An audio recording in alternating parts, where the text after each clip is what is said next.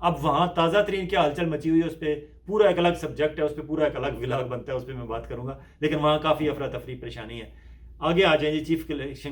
Chief justice of Pakistan کو انہوں نے اس میں ملوث کرنے کی کوشش کی ہے۔ چیف جسٹس آف پاکستان نے جو وہاں کوئی کنسٹرکشن ہو رہی تھی سپریم کورٹ کی، وہاں چلے گئے اور اپنی مرضی کے 2-3 رپورٹر اور یوٹیوبر بھی وہاں بلا لیے، اور وہاں انہوں نے جس طرح کا ریئیکشن شو کیا وہ کہ اتنے کانفیڈنٹ نہیں تھے۔ لیکن election chief justice of Pakistan کے پاس جسٹس ضیاء آفریدی، جسٹس اطہر من اللہ اور مبینہ طور پر جسٹس منیب اختر، 3-4 ججز وہاں ان کے پاس گئے اور انہوں نے کہا کہ حضور یہ کیا ہو رہا ہے، ہمارا ادارہ بدنام ہو رہا ہے، ہمیں اس پہ کچھ کرنا چاہیے۔ اور یہ سارے وہ ججز ہیں جن کے بارے میں ایک تاثر ہے کہ وہ واقعی سول لبرٹیز کے حوالے سے یا جمہوری آزادیوں کے حوالے سے یا فری اینڈ فیئر الیکشن کے حوالے سے اپنا ایک سوچ رکھتے ہیں، اور ان پر یہ چھاپ لگ رہی ہے کہ وہ شاید P T I pro P T I ہیں۔ حالانکہ پرو پی ٹی آئی ہوں بھی تو ادروائز بھی ایک جسٹس جو ہے وہ ملک میں یہی چاہے گا نا کہ قانون کی حکمرانی ہو اور لوگوں کو اس طرح کی فریڈم آف ایکسپریشن اور سول لبرٹیز ہوں جس طرح کی ہم دعویٰ کرتے ہیں، اپنے آئین میں لکھی ہوئی ہیں۔ تو اگر یہ گئے بھی ہیں تو انہوں نے چیف جسٹس آف پاکستان کو کہا ہوگا کہ حضور آپ کا نام لیا گیا ہے اور ہمارے ادارے کی بدنامی ہو رہی ہے۔ اب یقیناً ان جسٹس صاحبان کو خاموش کرانے کے لیے، سوشل میڈیا پہ لوگوں کو خاموش کرانے کے لیے، پاکستان کے عوام کو اپنا رد عمل ظاہر کرنے کے لیے، پیر والے دن کل وہاں جب ایک ہیئرنگ ایک کیس لگا ہوا ہے کہ ایک شہری نے درخواست دی ہوئی تھی کہ یہ الیکشن کا سارا سلسلہ جو ہے اسے نل اینڈ وائٹ قرار دیا جائے کیونکہ بہت زیادہ دھاندلی ہو گئی ہے، وہ پہلے ہی ہیئرنگ پہ لگایا ہوا ہے چیف جسٹس صاحب نے۔ اب وہاں اگر ان کی ہمت ہوئی تو وہ کمشنر راولپنڈی کو بھی بلا لیں گے، ان کی بھی بات سن لیں گے، اور باقی آر اوز کو بھی بلائیں گے جو 5 آر اوز ہیں اس پنڈی ڈویژن کے۔ ان آر اوز نے ادھر بھی عجیب ایک تماشا ہوا ہے کہ جیلم کے جو آر او ہیں، returning officer, district returning officer Samiullah Farooq, deputy commissioner, انہوں نے ایک پریس کانفرنس بلا لی کمشنر لیاقت چٹھا کی پریس کانفرنس کے بعد۔ جیلم کے رپورٹرز کو انہوں نے وہاں بلایا۔ اب جیلم کے رپورٹرز کو وہاں جب پریس کانفرنس میں جا رہے تھے تو آبویسلی ان کے تعلقات وہاں لوکل ایجنسیز کے جو آئی ایس آئی اور آئی بی کے لوگ ہوتے ہیں، اسپیشل برانچ کے، ان سے بھی تعلقات ہوتے ہیں، ان تک خبر پہنچ گئی۔ وہاں سے اسلام آباد رپورٹ آئی کہ جناب D R O press conference کر رہے ہیں، اسلام آباد آئی ایس آئی اور الیکشن کمیشن اور ان سب کو پتہ چل گیا کہ وہ بھی پریس کانفرنس کرنے لگے ہیں۔ پھر اوپر سے احکامات گئے اور وہ پریس کانفرنس رکوائی گئی۔ اس کے بعد انہیں یہ خدشہ ہوا کہ جیلم والے کو روک لیا ہے کہیں ڈی آر او چکوال یا ڈی آر او تلگنگ یا ڈی آر او مری نہ کر دیں، تو پھر ان سب کو ہنگامی طور پر راولپنڈی پہنچنے کے لیے کہا گیا، اور رات 12 بجے ان سے راولپنڈی میں پریس کانفرنس کرائی گئی، پانچوں کے پانچوں 5-6 جو بھی تھے، مری کا تھا، تلگنگ کا تھا، چکوال، جیلم اور راولپنڈی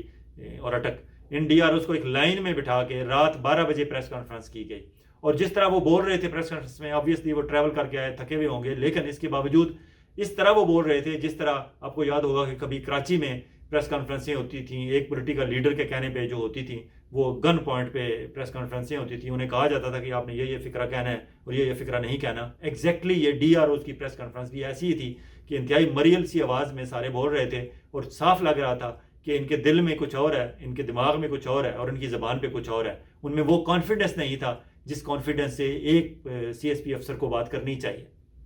رٹے پٹے فکرے تھے کہ ایسا کچھ نہیں کیا جی، کمشنر صاحب غلط بات کر رہے ہیں، ہم نے پوری ایمانداری سے الیکشن کرائے ہیں، کوئی دھاندلی نہیں ہے ہمارے۔ حالانکہ فارم 45 اگر دیکھیں آپ کی جاری کردہ اور فارم 47 جو الیکشن کمیشن کے پاس جا کے فائنل ترتیب ہوا، ان دونوں کو ملا کے دیکھیں تو صاف لگتا ہے کہ 5-6 جتنے ڈی آر اوز ہیں سارے جھوٹ بول رہے ہیں، اور یہ انہیں طلب کیا گیا اور ان سے پریس کانفرنس کرائی گئی۔ اب آپ کہیں گے کہ اگر ہماری ملٹری اسٹیبلشمنٹ کمشنر چٹھا سے پریس کانفرنس کرا کے اور ماحول کو خراب کرنا چاہتی ہے یا مزید اس کو متنازع کرنا چاہتی ہے الیکشن کے ریزلٹس کو، تو پھر ڈی آر او سے بلوا کے چٹھا کے خلاف پریس کانفرنس کیوں کرائی گئی؟ حضور مسئلہ یہ ہے کہ یہ اس طرح کے جو آپریشنز ہوتے ہیں، پلان اے بی سی ڈی، اس میں کنفیوژن زیادہ سے زیادہ کریٹ کرنا مقصد ہوتا ہے تاکہ زیادہ سے زیادہ کنفیوژن زیادہ کریٹ ہو۔ اور اگر ایسا ہی ہوگا کہ کمشنر صاحب کچھ اور کہہ رہے ہیں، ڈی آر اوز کچھ اور کہہ رہے ہیں، اور ڈی آر اوز کو فوری طور پر جب تک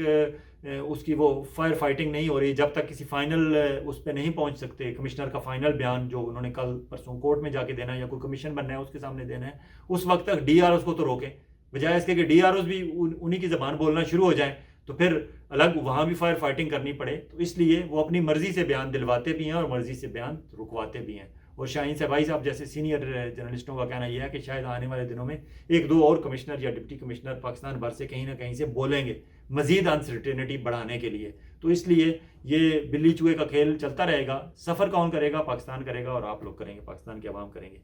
اب اس میں ایک امپورٹنٹ بات ہے کہ پنجاب گورنمنٹ کے تعلقات ان کے کیسے تھے ان کے محسن نقوی صاحب کے ساتھ۔ کچھ دن پہلے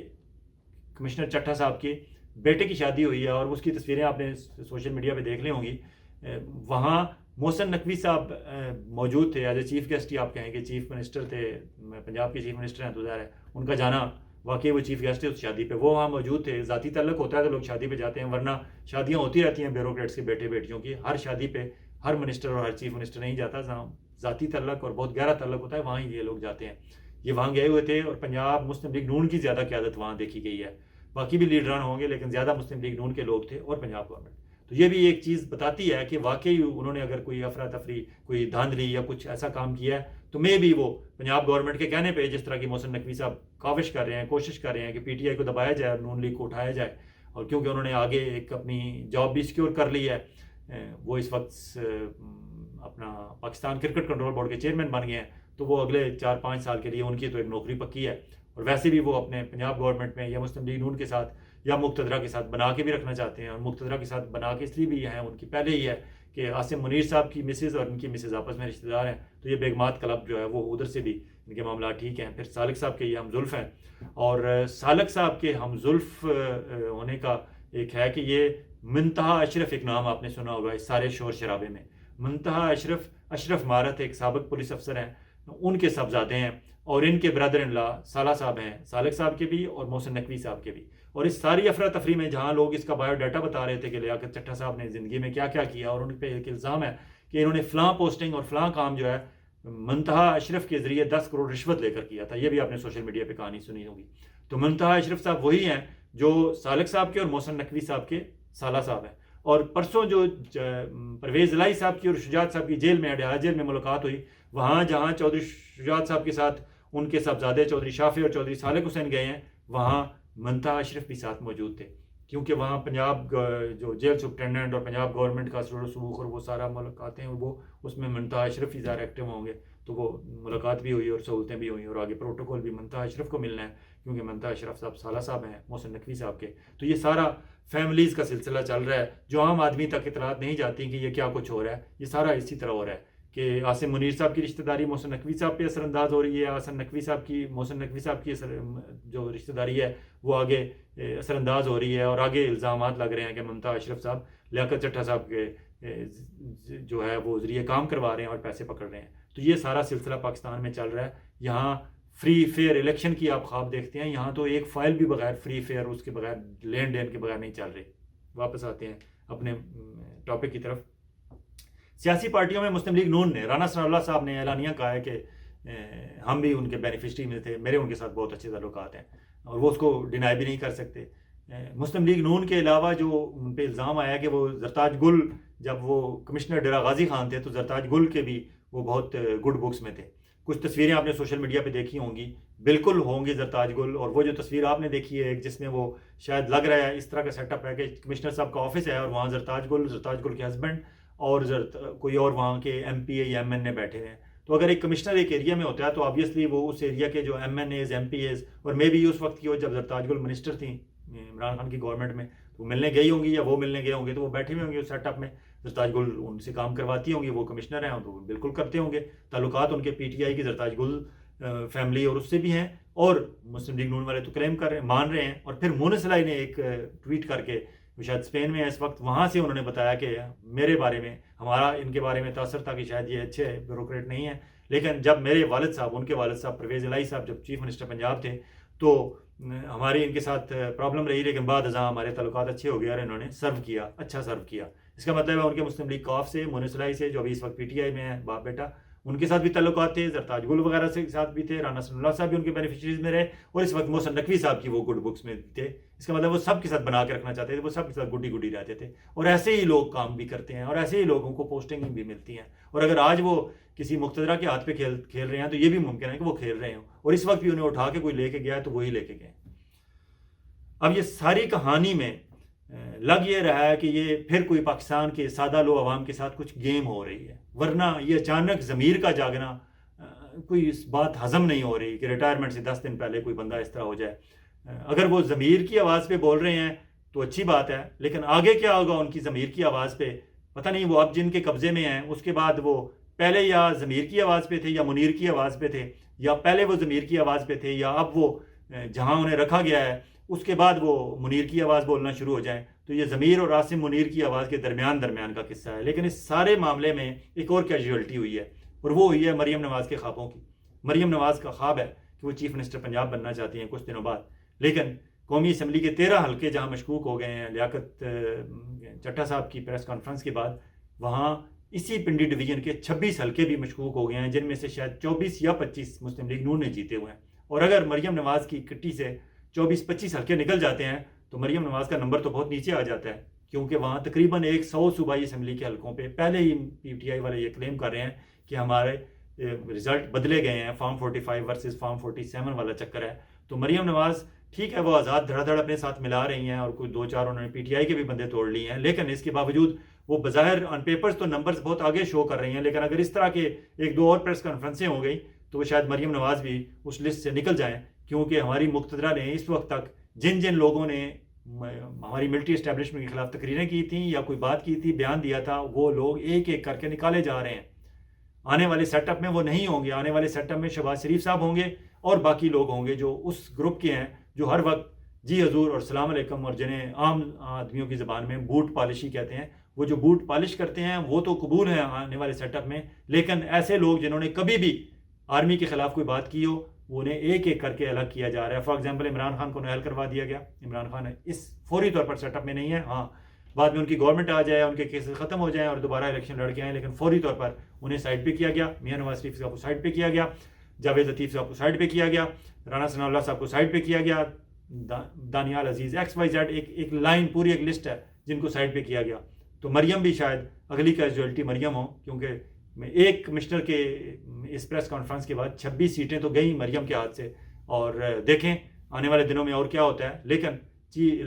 چٹھا صاحب کی اب سارا معاملہ جو ہے اس وقت چیف جسٹس آف پاکستان کی کورٹ میں چلا گیا ہے. چیف الیکشن کمشنر صاحب نے ایک رسمی سی اپنی انکوائری کمیٹی بنا دی ہے، اور اس کمیٹی کو انہوں نے کہا ہے کہ 3 دن کے اندر اندر اپنا جو ہے وہ بتائیں آپ نتیجہ کہ آپ کس نتیجے پر پہنچے ہیں. اس کو ہیڈ کر رہے ہیں سندھ کے صوبائی الیکشن کمشنر صاحب، اور باقی ان کے ساتھ 2 ممبران ہیں اور ایک شاید ایڈیشنل ڈائریکٹر جنرل ہیں. لیکن نام آ گئے ہیں ان کی ویب سائٹ پہ موجود ہیں. 3 دن دیکھتے ہیں کہ 3 دن بعد الیکشن کمیشن کے آفس سے کیا رزلٹ آتا ہے، کس نتیجے پر وہ پہنچتی ہے ان کی انکوائری کمیٹی. اور اگر چیف جسٹس آف پاکستان قاضی فائز عیسیٰ صاحب تھوڑی سی ہمت دکھاتے ہیں، کیونکہ انہیں اس وقت تو بڑا مسئلہ ہوا تھا جب فیض آباد دھرنے میں ایک فوجی کو انہوں نے دیکھ لیا تھا ایک تصویر میں کہ وہ جو دھرنے والوں کو جب ڈسپرس کیا گیا تھا تو ان کو 500 ہزار کے روپے کے لفافے دیے پکڑائے گئے تھے. آرمی والے اس وقت وہ آرمی والے تھے، وہ کہتے تھے کہ ہم انہیں واپس جانے کا، گھروں تک واپس جانے کا کرایہ دیا تھا. لیکن اس وقت چیف جسٹس آف پاکستان جو ابھی ہیں اس وقت جسٹس تھے، ان کا یہ کہنا بجا تھا کہ اگر فیڈرل گورنمنٹ میں وزیر داخلہ احسن اقبال تھے اور ان کی گورنمنٹ تھی تو یہی کام انہوں نے جا کے کیوں نہیں کیا. آرمی والوں کو اور ISI والوں کو وہاں جا کے دھرنے والوں کو پیسے دینے کا کیا حق بنتا ہے، اور ان کا کیا کام ہے ایسے کاموں میں. اس پہ تو انہوں نے سو موٹو ایکشن لے لیا اور آج تک اس کیس کو لے کے آگے چل رہے ہیں. لیکن اب پورے پاکستان میں دھاندلی ہو گئی ہے. پورے پاکستان میں لوگوں کا 12 کروڑ 70 لاکھ لوگوں کا ووٹ چرا لیا گیا ہے اور اس پہ ڈکیتی ڈال لی گئی ہے. اس پہ وہ کوئی سو موٹو بھی نہیں لے رہے، اس پہ کوئی ایکشن بھی نہیں لے رہے. اور اب تو کمشنر چٹھا صاحب نے جس طرح ان پہ سیدھا الزام لگا دیا ہے، اور ان کی خواہش ہے کمشنر چٹھا صاحب کی کہ انہیں بھی پھانسی دی جائے اور ساتھ چیف الیکشن کمشنر اور چیف جسٹس آف پاکستان کو بھی پھانسی دی جائے. اگر بات یہاں تک پہنچ چکی ہے تو قاضی فائز عیسیٰ صاحب جس طرح شاہین صاحب صاحب آپ کو مشورہ دے رہے ہیں کہ آپ کو آرمی سے ڈرنے کی بالکل ضرورت نہیں ہے، آپ اپنے ادارے کی عزت بچائیں، اپنی عزت بچائیں، اور یہاں فری اینڈ فیئر یہاں انصاف کے تقاضا پورا کریں اور اس معاملے کے کسی حتمی نتیجے پر پہنچیں. اسی وقت ہی پاکستان بھر کے عوام کو بھی سکون ملے گا جب آپ کسی انصاف کے راستے پر چلیں گے اور جس طرح آپ کے بارے میں ایک بھرم ہے اس بھرم کو ٹوٹنے نہیں دیں گے. اور واقعی اگر اطہر من اللہ، منیب اختر اور اس طرح کے باقی سپریم کورٹ کے جج صاحبان آپ کے ساتھ کھڑے ہیں اس معاملے پہ، تو آپ بھی پلیز کھڑے ہو جائیں. اجازت چاہیں گے، بہت جلد ایک اور ولاگ کے ساتھ آپ کی خدمت میں حاضر ہوں گے. اس وقت تک اپنا اور اپنے گرد و نواح کے لوگوں کا اسی طرح خیال رکھیے گا جس طرح آپ چاہتے ہیں کہ آپ کا خیال رکھا جائے. خدا حافظ.